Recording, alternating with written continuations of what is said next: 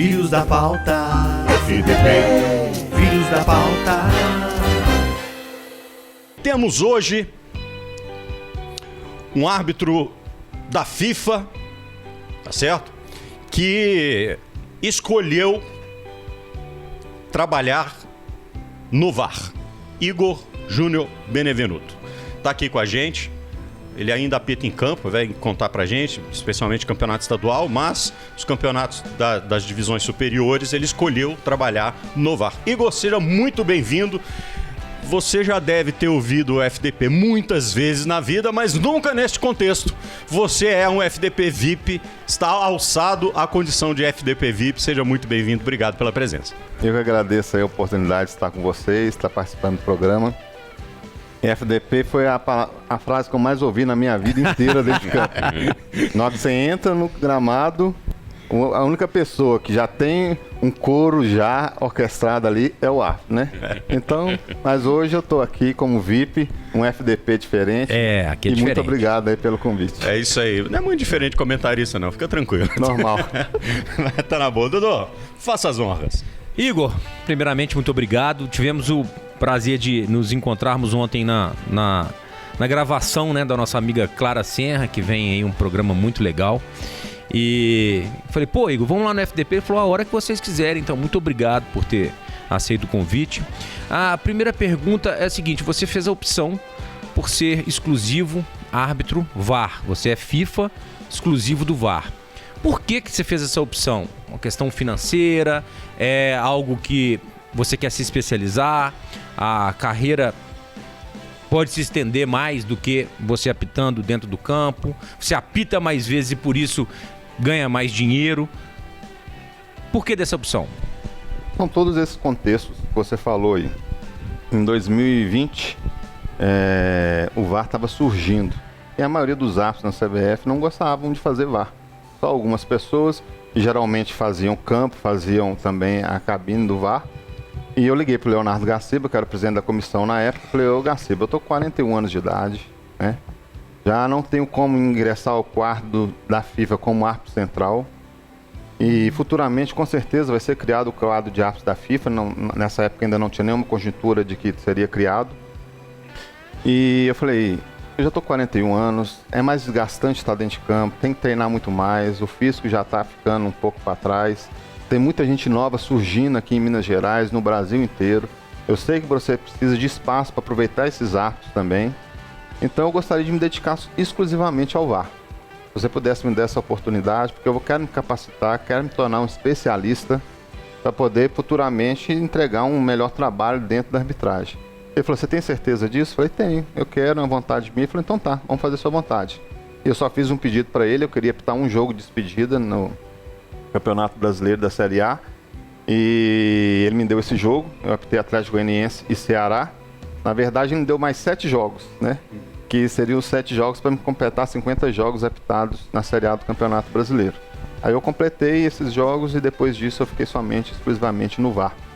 E graças a Deus, chegou em 2021, de surpresa, foi criado o quadro de árbitros exclusivo de VAR da FIFA. Então, como eu já tinha feito aquela escolha no anterior e eu estava exclusivo do VAR, eu fui um dos promovidos para o quadro de árbitro da FIFA no início de 2021. Então, eu fiz uma gestão de carreira bem consciente. Claro que automaticamente a gente ganha mais, porque tem mais jogos, né? Um árbitro central geralmente apita um jogo por semana, ou um a cada 15 dias. E eu, como VAR, posso fazer 2, 3 jogos durante a semana. Então, no contexto geral de quantidade, às vezes eu ganho mais do que se eu estivesse apitando. Guilherme. Igor, prazer te receber aqui, boa noite. Quando a gente fala de estresse e de pressão, as pessoas podem imaginar que a turma do VAR está numa salinha com ar-condicionado, que não sofre o que o árbitro que está apitando a partida está sofrendo dentro de campo. Porque lá tem a pressão dos jogadores, comissão técnica, arquibancada. Mas eu fico imaginando que vocês têm um tempo muito curto para rever 2, 3 imagens e tomar uma decisão.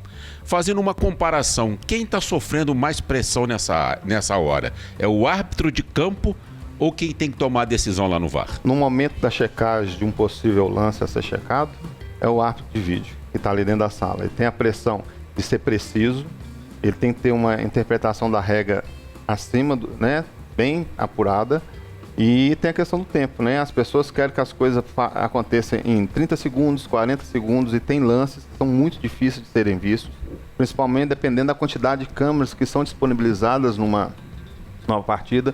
Tem jogo que tem 5 câmeras, tem jogo que tem 18, tem jogo que tem 20, tem jogo que tem 7. Então isso também ou facilita ou dificulta a nossa checagem. E também tem a questão do operador que está ali trabalhando com a gente, que ele vai nos dar a imagem, às vezes ele dá uma imagem inadequada, a gente tem que ir procurando as câmeras, os ângulos, e isso leva tempo.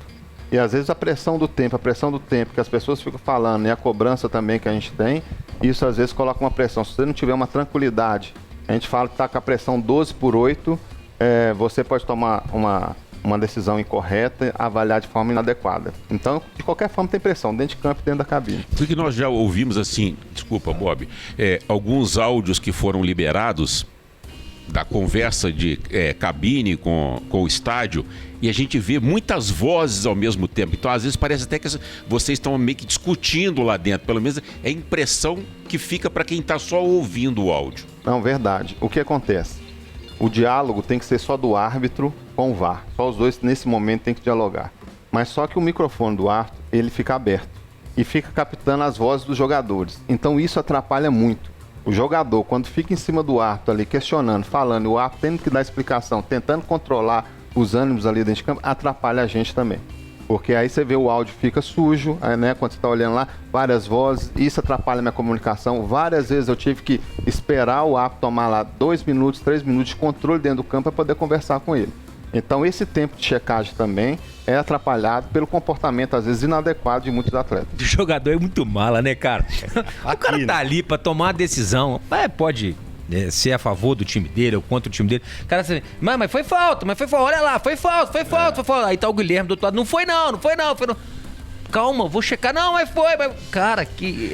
Agora, os caras têm que ser muito... É um comportamento, aí você pode até falar pra gente, é um comportamento muito particular do futebol sul-americano, né? Sim. Na Europa, os caras são mais educados nesse sentido, né? Outro dia eu estava assistindo um jogo do campeonato italiano, teve 3 lances assim, difíceis de possível checagem, teve uma penalidade, e o árbitro foi chamado para ver o lance, voltou, deu a penalidade, ninguém foi atrás do árbitro, ninguém ficou do lado da cabine ali querendo ver, querendo visualizar. O árbitro tomou a decisão, deu a penalidade, ninguém chegou perto dela, um jogador chegou para conversar, para perguntar o que foi que aconteceu.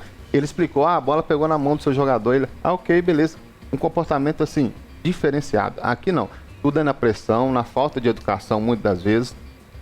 E isso atrapalha. Atrapalha o rendimento, atrapalha o público, atrapalha todos que estão envolvidos no esporte. Uma coisa que poderia ter uma checagem muito mais rápida, ter uma decisão muito mais tranquila, as pessoas querem questionar o tempo todo. Mesmo ele sabendo que ele teve um problema, que ele errou ali dentro de campo, e o árbitro foi lá na cabine do VAR, viu claramente, tomou a decisão correta, uma possível penalidade, uma possível expulsão, o jogador quer questionar, quer bater boca, não aceita a decisão do árbitro, mesmo ele estando correto.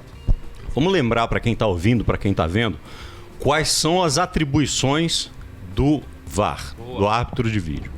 Quando é que você pode interferir, chamar o árbitro, ou quando é que você pode informar a ele? Eu parto do pressuposto que o árbitro VAR, ele é informação, assim como o bandeirinha, né? O auxiliar, agora é auxiliar, não é bandeirinha mais. É informação. E o cara que está com o apito é a decisão. Então, quais são as atribuições do VAR? Onde é que você pode interferir, onde é que você não pode? O VAR é um auxiliar do árbitro, você falou muito bem. É a mesma coisa como é um assistente, a gente informa para ele. Então, são 4 situações que a gente pode entrar durante uma partida, e dentro dessas 4 situações, claro que envolve outras coisas, né? É a questão do gol ou não gol, a gente vai checar se teve o gol ou não. A questão da penalidade, se ocorreu ou não. Um cartão vermelho direto, né? Possível agressão, um chute, alguma coisa, uma conduta violenta. Ou se não, um erro de identidade. Às vezes o árbitro aplica o cartão amarelo para o jogador errado, então você vai corrigir esse erro dele. Claro que dentro de um gol você vai checar, por exemplo, numa penalidade, você vai checar uma possível falta no início da jogada, você vai checar um impedimento, você vai checar uma possível saída de bola antes daquele gol. Então isso tudo envolve dentro daquele contexto, daquele lance que você vai ser observado, né? Mas são esses 4 lances primordiais que o árbitro, o VAR checa, ele toma a decisão dele e ele informa o árbitro, decisão correta, segue sua decisão de campo. Se for alguma decisão ao contrário, ele informa o árbitro, ó, recomendo uma revisão por possível penal. E você passa as considerações da regra e o árbitro vem, a partir daquele momento, ele que coordena a equipe do VAR, né? Ele só vai pedindo a imagem para a gente e ele vai tomando a decisão, tomando as considerações dele. No caso do cartão, por exemplo, o cara deu um cartão errado. É como nas outras situações, a bola rolou, um abraço, não dá para mudar mais? A questão disciplinar pode ser mudada. Ah, tá. Só a questão técnica que não. Entendi. Por exemplo, você marcou uma penalidade e o jogo reiniciou, infelizmente, a Inês é morta, igual o pessoal fala, né? Aham. Mas a questão de um cartão vermelho, por exemplo, o jogador agrediu o atleta adversário, o próprio companheiro fora da disputa de bola ali, o jogador foi bater o lateral. Você pode voltar, fazer a checagem e pedir para expulsar esse jogador. Entendi. A questão disciplinar ainda pode ser revista. Legal. Fala, Gui. Ô Igor, você citou agora há pouco as 4 situações em que o VAR pode auxiliar a arbitragem.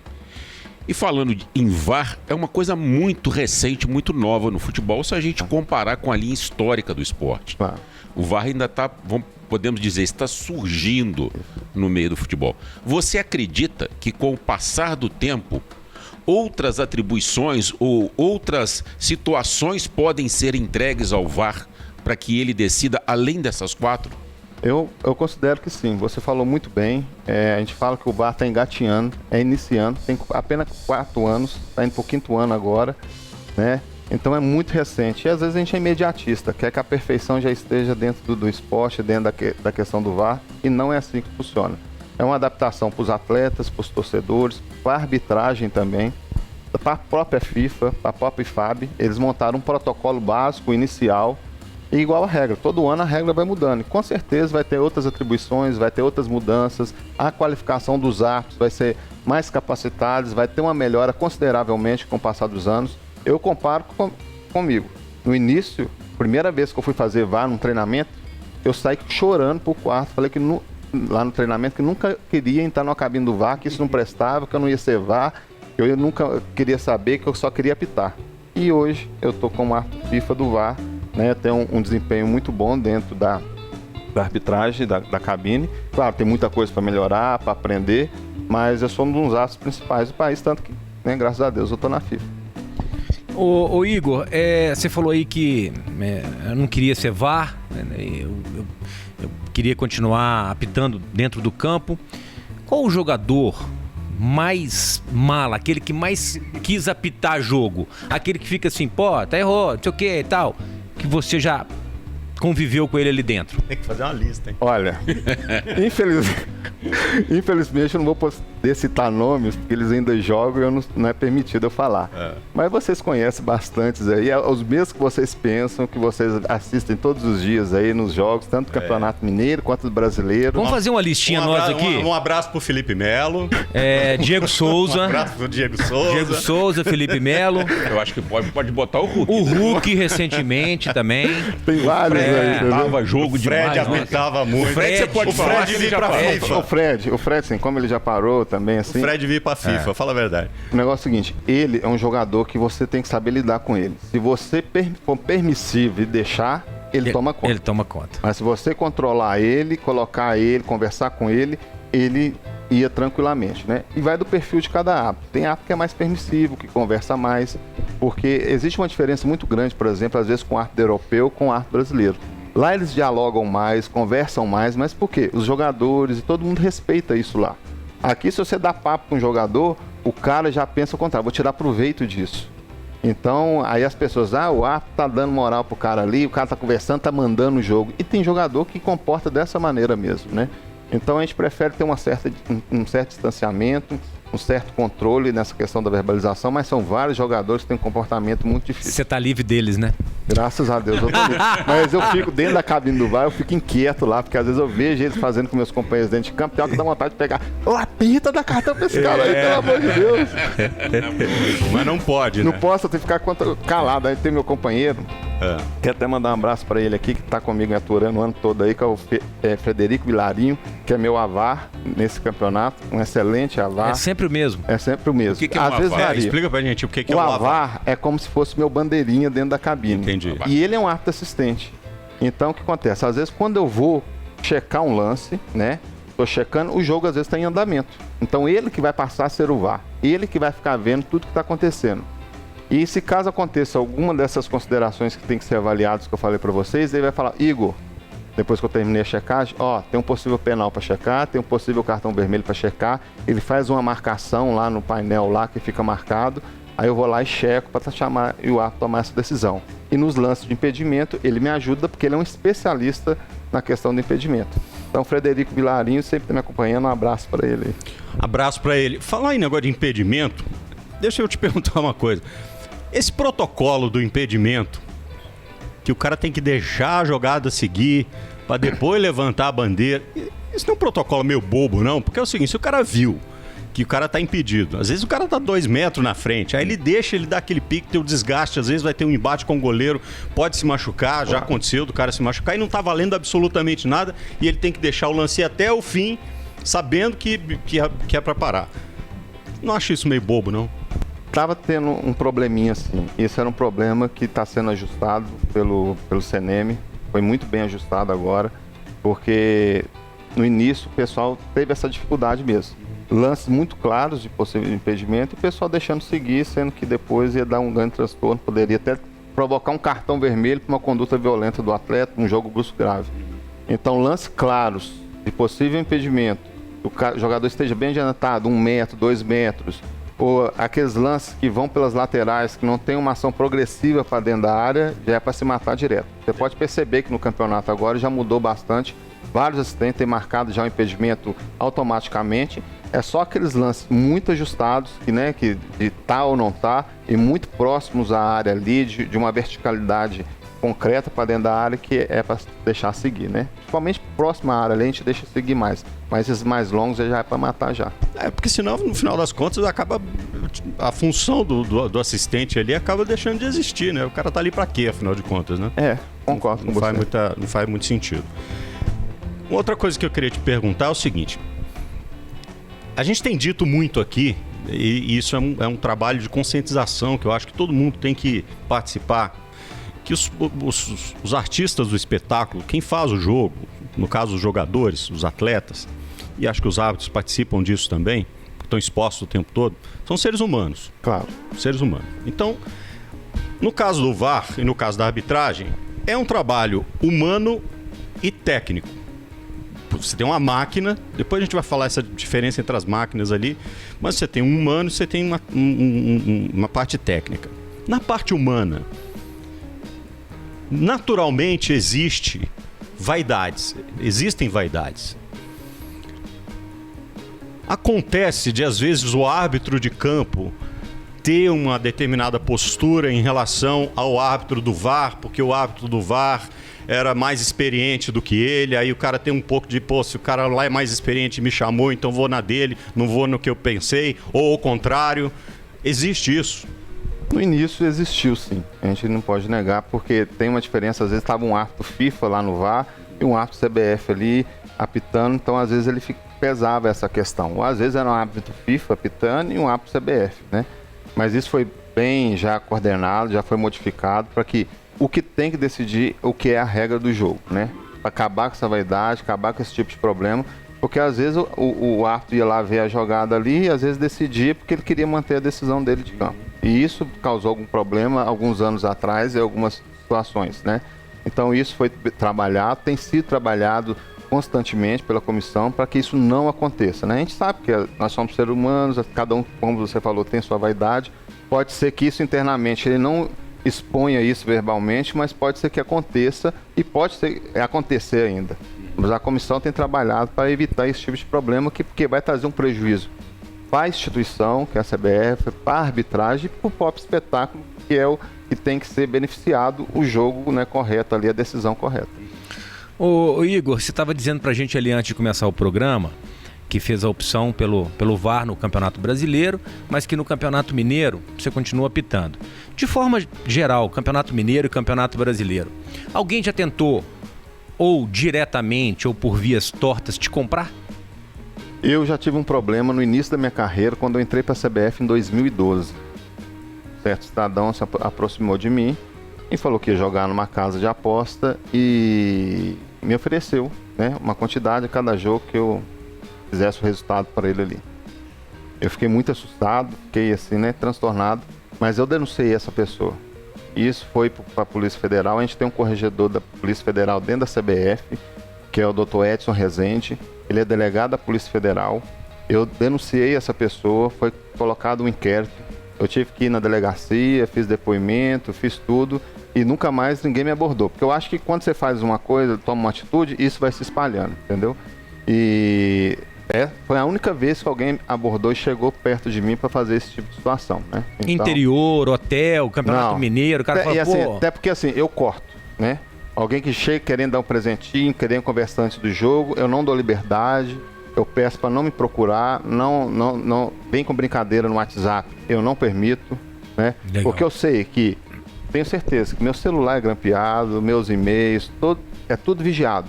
Antes de cada ano a gente tem que mandar uma lista corrida lá de Polícia Federal, de Polícia Civil, antecedentes criminais, civil criminal do Tribunal de Justiça, do Fórum. Então a gente tem SPC, Serasa, então tudo isso tem que estar em dia. Se tiver algum problema, você é conversado lá com o corregedor com a comissão de arbitragem para você resolver esse problema seu. Mesmo assim, vale a pena ser árbitro? E acho que é a pergunta que muita gente faz, né? O que leva uma pessoa a escolher a arbitragem no futebol? Podia jogar, ser goleiro, ser atacante e tal, mas você escolheu ser árbitro. O que leva vocês a optarem por essa parte do futebol? Olha, tem gente que ama o futebol, vários, a maioria que eu conheço já tentou ser jogador de futebol, já tentou trabalhar em alguma área de futebol, não conseguiu e queria estar dentro do esporte e foi para a arbitragem, né? Tem muita gente que é dom mesmo. Eu vejo, tenho pessoas que me acompanham, menino de 12 anos, 13 anos, já querendo ser árbitro, acompanhando. Tem o Pedro Maia, que é um menino aqui de Belo Horizonte, agora ele está com 22 anos de idade, mas ele começou a acompanhar a minha carreira com 10 anos. Ele tem todos os dados da minha carreira, todos os jogos, cartões, quem eu expulsei, quem não expulsei, tudo. Tudo que você quer saber da minha vida, você pergunta para ele que ele vai te informar sobre a minha carreira. Então tem gente que é apaixonado com isso mesmo. Eu, quando eu comecei a gostar do futebol, que eu entrei pro futebol, eu me virei na figura do árbitro de futebol, na Copa do Mundo de 1994. Foi o primeiro contato meu com o futebol, eu tinha 14 anos. Fui assistir o jogo do Brasil e ver aquele ser diferente ali, controlando o jogo, dando os cartões, uniforme, né, comandando tudo, e me despertou muito interesse. Dali que eu comecei a despertar, a gostar do futebol e comecei a procurar regras na internet, comecei a estudar, entrei para uma escolinha de futebol com meus amigos, péssimo, era goleiro, né? Aí o cara, vou fazer o seguinte, em vez de você jogar, vou te ensinar regras, você apita os jogos, né? Aí comecei a apitar. Aí com 17 anos eu fiz o curso da Federação Mineira e estou aí até hoje. E eu vi que há pouco tempo você... 94, só para registrar, nosso FDP VIP também, Renato Marcília, foi o árbitro da Copa. O árbitro da Copa de 94, o árbitro brasileiro na Copa de 94. Nos Estados Unidos. Há pouco tempo você deu uma entrevista para o Globoesporte.com e tem uma frase sua que ela, no mínimo, chama bastante atenção da gente quando você diz assim: eu gosto de ser árbitro porque eu sou, acho que é o dono do jogo, foi alguma coisa assim. É uma frase assim que assusta, né? Por que o árbitro gosta dele ser o dono do jogo? O que você quis dizer com aquela frase? Você ter controle ali, você ter domínio de toda a situação, né? Eu acho que a gente tem um pouco dessa vaidade de querer ser, de mandar, de comandar. Você é o cara mais importante do estádio. E, sem o árbitro não tem uma partida, entendeu? Essa vaidade acaba que a gente tem, né? Que querer controlar, de querer mandar, né? De ser ditando as regras ali, claro, dentro do contexto de educação, né? Dentro do futebol ali. Eu acho que isso motiva muita gente às vezes a apitar, né? Mas aí se você não estaria tirando o protagonismo dos jogadores que são realmente as estrelas do jogo, né? Só pra gente entender, para não ficar nenhuma dúvida para quem também leu. A gente entende que quem são os protagonistas, quem são as figuras principais são os jogadores, e tem que ser, não pode ser diferente. Mas a gente também quer aparecer um pouquinho, né? A gente quem tá ali, a gente é visto o tempo todo. Se você vê os comentários nos jogos aí a semana inteira, o que comenta mais é uma decisão da arbitragem acertada ou principalmente errada, né? E acaba que assim, a gente quer aparecer na televisão também. Legal, errado é muito mais comentário. Né? A gente estava falando ali, às vezes a gente assiste um jogo da Premier League de tarde e aí a gente vê lá a decisão do árbitro, do VAR é rapidinho, tudo funciona e tal, não sei o quê, em 30 segundos os caras resolveram e tal, não sei o quê. A gente vai ver um jogo do Campeonato Brasileiro à noite, aí demora 2, 3 minutos, aquela confusão e tudo mais. A primeira pergunta que eu tenho para fazer é o seguinte: o equipamento que é usado na Europa é o mesmo equipamento utilizado no Brasil ou na América do Sul? Praticamente é o mesmo, depende às vezes da empresa, mas alguns campeonatos lá são a mesma empresa que fornece a tecnologia para lá, fornece aqui para o Brasil. Então, assim, então não é uma questão de o equipamento lá é mais avançado, por isso os caras conseguem fazer mais rápido do que conseguem fazer aqui. São duas coisas. Primeiro, assim, vou dar um exemplo aqui. Você compra um carro, tem um carro super equipado, tem o mediano ali e o básico. A mesma coisa funciona no VAR. Você oferece, né, para a empresa, para as confederações, para as federações, uma tecnologia mais simples, uma melhor e uma super VIP. E isso custa dinheiro. Então eles contratam de acordo com o que eles podem pagar. Claro que na Europa às vezes paga uma tecnologia melhor, uma qualidade melhor, tem a questão de internet melhor, 5G. Às vezes um jogo tem mais transmissões, tem mais câmeras, né? A gente pega jogo aqui que tem 4, 5 câmeras, tem jogo que tem 7, tem jogo que tem 21 câmeras. Isso você está falando na Série A. Série A tem jogo que tem 4 câmeras e tem jogo que tem 21 câmeras. Não. Série A sempre é no mínimo 7 e tem de 21 câmeras também. Mas então você tem jogo de Série A com 14 e tem varia do horário, do tipo de jogo, do estádio, da plataforma, tudo. Isso é meio louco. E isso também ajuda ou atrapalha na checagem, né? Por exemplo, tem um jogo que você tem 21 câmeras, tem vários ângulos, várias velocidades, várias imagens, e você consegue definir melhor ali a jogada. E também tem a questão dos árbitros lá na Europa, que a gente entende que eles vivem só da arbitragem, né? Então eles se capacitam sempre, tem treinamentos diários, e isso facilita e ajuda muito mais na sua interpretação, na sua velocidade, na sua agilidade, em você tomar uma decisão. A CBF tem feito isso agora mais esporadicamente, que a central do VAR da Série A é toda no Rio de Janeiro. Então a gente chega um dia antes, né, na CBF e faz um treinamento. Um dia antes, horas antes dos jogos, né, tem instrução da comissão, capacitação. Durante a semana a gente tem encontros através das plataformas digitais, através da internet, para passar a linha de conduta, quais decisões foram acertadas, quais foram equivocadas, qual é a linha que a comissão quer adotar. Então isso ajuda e facilita muito o nosso desempenho. E a gente vê que depois que começaram a tomar essas medidas, evoluiu muito a arbitragem do VAR, as checagens começaram a ser mais rápidas, mais objetivas, né? A gente começou a ter um desempenho muito melhor. Então a gente vê que essa questão da tecnologia lá é importante, ajuda, né? E a capacitação também influencia diretamente. Eu imagino que numa equipe de arbitragem, você, seus dois auxiliares, aí vocês vão apitar o jogo e tal, você chega no vestiário e você, que é o árbitro, diz assim: olha, a linha é mais ou menos essa aqui, é desse jeito, se for isso você não me enche o saco não, deixa que eu dou... Então, enfim, você faz o briefing para a sua equipe de arbitragem ali. No caso da equipe de VAR, o árbitro de campo também faz esse briefing para quem está na sala do VAR? Sim, é obrigatório, né? Já foi introduzido isso, faz parte do nosso processo. A gente faz na nossa planificação. A gente estuda todos os jogos, a partir dali, antes da partida, a gente faz o estudo completo dos atletas, comportamento, o que aconteceu. A gente tem uma plataforma de estatísticas aí, que a gente entra nela, vê os lances, né? E a gente traz tudo para a planificação. E o árbitro central, que é o comandante geral, ele fala como é que tem que atuar, o que aconteceu, como é que ele gosta. A questão da verbalização, que é a principal ferramenta entre o árbitro de vídeo e o árbitro de campo, né? A comunicação é extremamente importante, é a principal ferramenta entre nós. A gente faz essa planificação sempre. Ô Igor, eu há pouco tempo fiz uma observação aqui na emissora. Eu sou muito receoso com relação à marcação das linhas de impedimento. Por quê? Porque a gente sabe que em cada estádio as câmeras de impedimento ficam numa determinada posição. Eu te falo isso porque eu e o Bob trabalhamos muitos anos na TV Globo e a gente sabe como é que se monta uma transmissão e as dificuldades que você tem para o posicionamento. Então tem estádio que a câmera fica praticamente em frente à risca da grande área.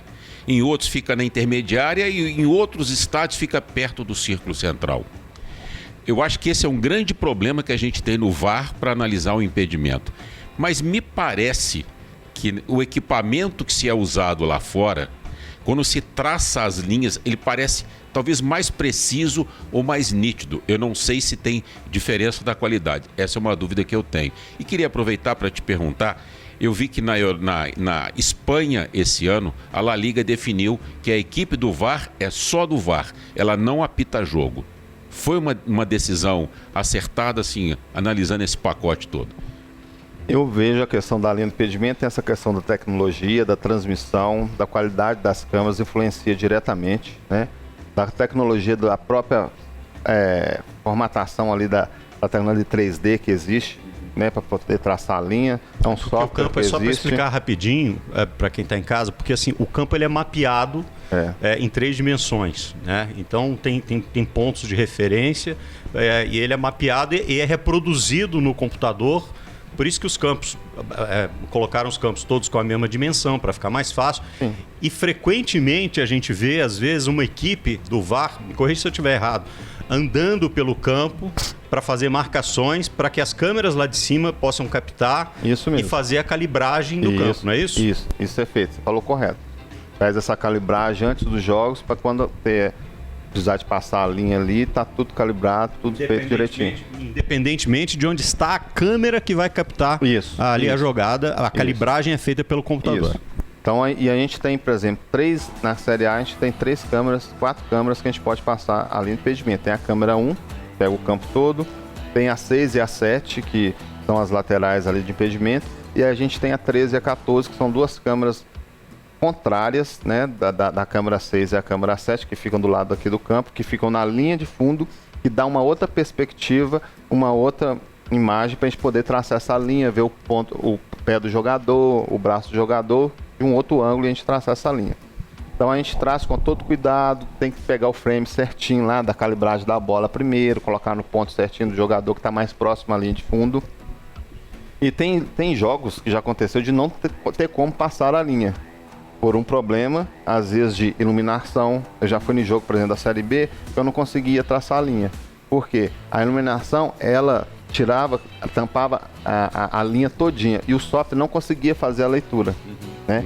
A gente teve, no campeonato passado, problema do jogo em São Januário, e, por exemplo, a gente não conseguiu traçar a linha porque a sombra que deu do sol, lá do estádio, do do sol, tampou a linha e o software não conseguia fazer essa leitura. Então tem esses problemas que podem surgir, né, ocasionalmente. A gente tenta evitar isso, mas tem hora que a natureza também não ajuda e a gente não tem como fazer. E né? A La Liga acertou em dividir? Eu acho que a La Liga acertou.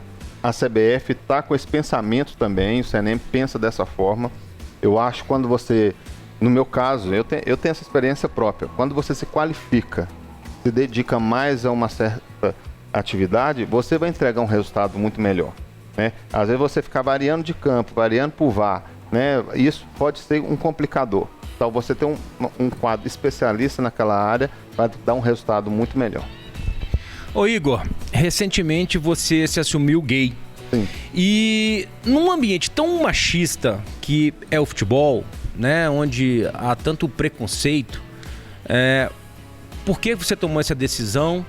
E após, né, ter se assumido, como é que você percebeu esse relacionamento com seus companheiros de trabalho no meio do futebol? Primeiro eu assumi porque eu não vivia a minha vida, eu vivia para as outras pessoas, né? Eu vivia a vida da minha mãe, a vida da minha irmã, a vida dos meus amigos, dos meus vizinhos, né? Eu tinha que ter uma jornada dupla de vários personagens, e isso é um desgaste emocional muito grande. Eu já tive depressão por causa disso, já tive que tomar medicamento, né? Já fui para jogo com estresse muito grande. Imagina você todo dia deitar na sua cama e ficar pensando assim, como é que eu vou agir amanhã? Como é que eu vou comportar nesse ambiente amanhã, né? E você ter que viver a vida das outras pessoas é péssimo. Quando eu resolvi assumir, primeiro para me amar primeiro, né? Não enganar mais ninguém, não me enganar, porque eu estava me enganando o tempo todo, sofrendo o tempo todo. Então foi tirar esse peso, essa tonelada das minhas costas, foi o principal fator. E o segundo é tentar colocar na sociedade, o futebol, a gente prega que o futebol é um meio para todos, né? E que é um meio de socialização, de confraternização. Então a gente vê que hoje a questão da homofobia, a questão do racismo, né? A questão das próprias mulheres não poderem jogar futebol, hoje melhorou isso demais, a gente tem que combater esse tipo de preconceito, né? A questão da homofobia, principalmente. Eu acho que é um espaço para todos, todo mundo tem o mesmo direito. Eu acho que quando começa o meu direito e termina o meu, começa do próximo. Eu acho que a intolerância está muito grande que existe hoje no meio esportivo. Recentemente a gente viu aí nos estádios que aconteceu esse final de semana, né? A agressividade. Então isso tudo reflete a nossa sociedade. Eu falo que a gente está vivendo uma guerra da intolerância e da falta de respeito em todos os âmbitos da nossa sociedade. Então eu acho que eu plantando um pouquinho dessa sementinha para mudar alguma coisa no futebol, para melhorar a vida das pessoas e melhorar na minha vida, daqui a alguns anos eu acho que vai ser colhido um fruto melhor, né, para as outras pessoas, para as pessoas viverem livremente, de acordo com o que elas queiram viver. Eu acho que ninguém pode mandar, escolher nada para outra pessoa, né? Eu tenho minha orientação sexual, você tem a sua, eu respeito o que você pensa, tem que respeitar o que eu penso, né? E eu tô dentro do futebol ali para colocar o meu trabalho, né? Eu mostrar para as pessoas que eu vivi 24 anos da minha vida na arbitragem, como passando por hétero. E eu estava ali dentro sendo avaliado pela minha capacidade técnica e minha qualidade e desempenho dentro de campo. E nunca fiz nada que pudesse desabonar isso em questão de comportamento, de cantar um jogador, provocar o jogador, fazer alguma coisa. Eu não entro para dentro de campo procurando um homem, alguma coisa assim. E nenhuma outra pessoa que eu saiba que seja gay comporta dessa forma. Então eu vejo que vários atletas, vários atos, várias pessoas sofrem, fazem outras pessoas sofrerem, porque tem homens que casam, que têm filhos e traz um transtorno muito grande emocional para aquelas pessoas. Eu não gostaria de viver isso mais. Então, por isso eu tomei essa grande decisão, né? Claro, eu sou uma pessoa pública, posso ajudar outras pessoas. Então, eu acho que essa foi minha atitude, por isso que eu tomei essa decisão. O dia que a sua orientação sexual pesar na avaliação da qualidade do seu trabalho, o mundo acabou, né, gente? Pelo amor de Deus, isso não faz o menor sentido, não faz o menor sentido. Deixa eu falar aqui rapidinho da nova camisa do Galo. Camisa 3 vazou, realmente ficou diferente de tudo que a massa imaginava. Dourada, Galo estampado no peito, ficou sensacional. Você já pode garantir a sua na loja do Galo, tá? A dica é fazer a pré-compra rápido.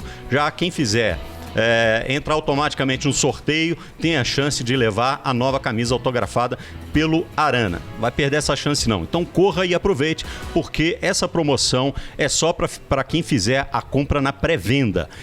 E nas lojas do Galo de Lourdes, BH Shopping, Shopping Cidade, Só Marcas, Labareda, BH Outlet, Arena MRV, Itaú Power Shopping, Loja do Galo, a sua loja. Igor, outra dúvida que eu tenho. Por que a tecnologia da bola, o gol, não gol, ela funciona ou não funciona, dá certo ou não dá certo, vai funcionar na Copa, não vai funcionar na Copa? Fala tanto de chip na bola, né? Funciona, mas faz parte do pacote. Se você comprar o pacote com chip na bola, você vai ter no seu campeonato. Entendi. O pessoal não compra, então não tem. Né? Na Copa do Mundo vai ter. A gente entende até porque assim, é uma tecnologia bem cara, tem que colocar chip na bola, tem as câmeras que ficam todas focadas, tem a questão dos estádios, a gente vive num país continental, né? Às vezes fazer um campeonato igual a Copa do Mundo é um campeonato curto, de um mês, poucos jogos, né? Poucos estádios, então consegue colocar isso com mais facilidade. Até na Liga dos Campeões tem, mas é questão de investimentos. Se investir, você vai ter. Porque não dá pra você perder um campeonato, porque a bola entrou, não entrou... Tá aí um investimento que deveria ser obrigatório. Não, né? eu acho inacreditável um campeonato do tamanho do Campeonato Brasileiro, uma Copa milionária, bilionária, como é a Copa do Brasil, por exemplo, não ter o dinheiro para comprar o equipamento A, para comprar o melhor carro, para comprar o, né? Não, isso não faz o menor sentido na minha cabeça. Vai gastar mais não sei quantos mil dólares, gasta o inferno do dólar e faz o espetáculo melhor. Pô, é o mínimo. E depois aí, quando acontece algum problema, que às vezes pode acontecer, por exemplo, eu estava num jogo, né, de VAR, que eu não consegui definir. Ainda bem que a bola saiu, foi pela linha de fundo ali, mas aconteceu um gol. Mas eu não conseguia definir se a bola tinha saído ou não. Sabe por quê? Porque a flâmula da bandeirinha do canto, de canto tampou a bola. No momento que ela ia sair ali, tampou a bola todinha. Então não tinha nenhum outro ângulo que mostrasse se ela saiu ou não saiu. O próprio Atlético e Flamengo teve... A bola entrou, não entrou. Eu acho que ninguém pode cravar que aquela bola entrou ou que aquela bola não entrou. A gente vai todo mundo morrer sem saber se foi gol ou se não foi gol. O corpo do atleta tampa, às vezes é o goleiro que está lá de cá, às vezes tem um atleta aqui, tem um outro aqui e tampa a sua visão. E nem tem nenhuma câmera que pegue e seja conclusiva. Uma outra dúvida técnica minha. Todo jogador hoje joga com GPS, né? Para mapear a movimentação dele. Esse mapeamento de posicionamento dele não poderia ser utilizado na arbitragem também para definir, por exemplo, posição de impedimento, se o cara está à frente ou não está. Quer dizer, recebi os dados aqui, esse cara estava nessa posição do campo, esse aqui estava na frente. Agora na Copa do Mundo vai ser adotada uma outra tecnologia e vai ser praticamente isso, né? Eu não sei qual que é a tecnologia ao certo, mas só que eles fizeram um mapeamento do corpo de cada jogador, cada ponto. Então você vai clicar no atleta A e no atleta B, os dois possíveis que você acha que está ali dando posição de impedimento ou que está legalizando o lance. E o software vai definir automaticamente quem está em posição de impedimento ou não. Não vai ter aquela traçagem de língua, antifaz, tudo. Então está evoluindo para esse lado mesmo. Última pergunta minha, tá? É porque eu tô curioso com esse negócio, porque eu gosto da parte... A parte técnica me interessa bastante. O cara que faz a operação do equipamento, do EVS, do equipamento de recuperação de imagem e tal, ele não é árbitro. Não. Ele é um técnico daquilo. Operador. Um operador. Estratégia de operação. Não era melhor que um árbitro aprendesse a fazer aquilo? Isso, se pensa nisso, eu acho que no futuro próximo vai acontecer, né? Mas a gente tem que ter capacitação, a gente tem que ter qualificação. A CBF estuda, pensa dessa forma. Eu acho que vai facilitar, porque automaticamente você vai saber controlar ali, você já manda a imagem correta, no tempo correto, do ângulo correto ali para o árbitro VAR, para ele avaliar, né? E é um elo a menos na corrente, quer dizer, em vez de eu falar para você que vai fazer, né, assim, é um elo a menos para errar naquela cadeia, né? A tendência é essa. E de uma pessoa que entende, né, o que ela está procurando, né? Uma coisa é um operador de vídeo, outra é um profissional da arbitragem que sabe exatamente o que ele precisa buscar. Com relação a esse negócio da bola passou da linha ou não, Bob, você imagina o seguinte: o assistente ele está a 30 metros da primeira trave, não é, Igor? Como é que a 30 metros você consegue ver se a bola faltou 1 centímetro ou 2 centímetros para a bola ultrapassar? Eu sempre achei que o impedimento é a maior sacanagem que pode existir com bandeira. Ele tem que olhar aqui e aqui, não sei como é que ele consegue, né? Tem que olhar da onde a bola está vindo e da última linha. Eu não sei como é que vocês conseguem. Mas eu queria te perguntar, Igor, é sobre a postura que nós estamos vendo no Brasil. Agora há pouco você falou aí, por exemplo, dos incidentes que a gente teve no final de semana.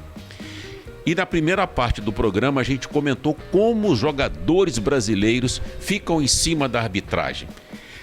Não tem como controlar isso, porque a pergunta que a gente imagina é mais ou menos essa. Se lá na Europa o jogador não enche tanto o saco, não fica tão em cima, por que no Brasil isso está acontecendo? E o que pode ser feito além de se palestrar para os atletas, mas de uma forma punitiva talvez, para que se pare essa encheção de saco, porque às vezes o jogo não anda de tanto que a arbitragem é assediada. E só completando, Guilherme, a gente falou aqui outro dia, na hora que o árbitro vai ali checar o VAR, foi, chega técnico de um time, chega o preparador físico, chega 3 jogadores de um time, 3 do outro.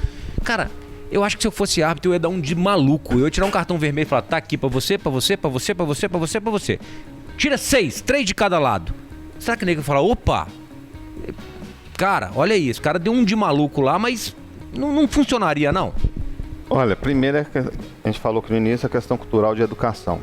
Tem que partir primeiramente dos próprios clubes, né? Entender de capacitar, treinar, conversar, os próprios dirigentes. Mas a gente vê que isso não dá resultado. Eu acho que falta punição. Sim. Eu acho que o Tribunal de Justiça Desportiva tem que punir mais severamente esse tipo de comportamento. A gente vê que às vezes a gente relata em súmula, tem vários problemas, várias situações. Chega lá, o jogador absorvido, o jogador às vezes pega um jogo, pega o efeito suspensivo e ele fala assim, ó, eu fiz, não deu nada, vou continuar fazendo.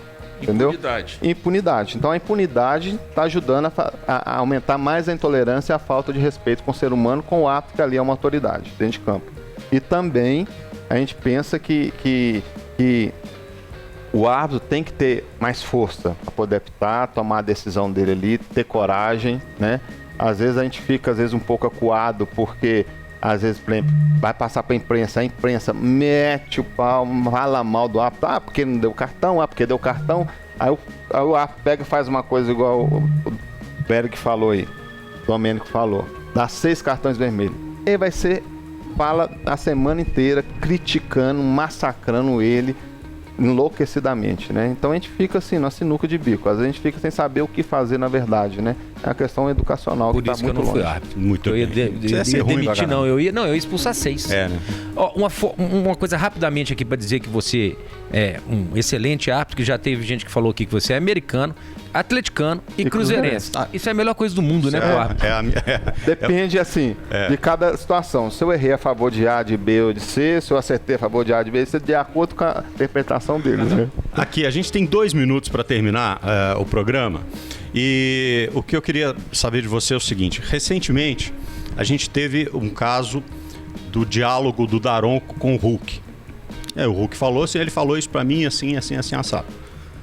O árbitro não pode se manifestar. Ele não pode dar entrevista depois e dizer eu fiz isso por causa disso, eu tomei essa decisão por causa daquilo. Não deveria.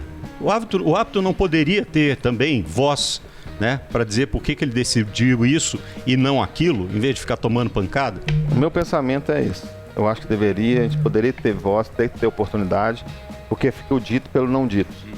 E é muito ruim as pessoas acusarem você de uma coisa e você não poder se defender e aquilo que a pessoa falou se torna a verdade perante a sociedade, perante a mídia, né?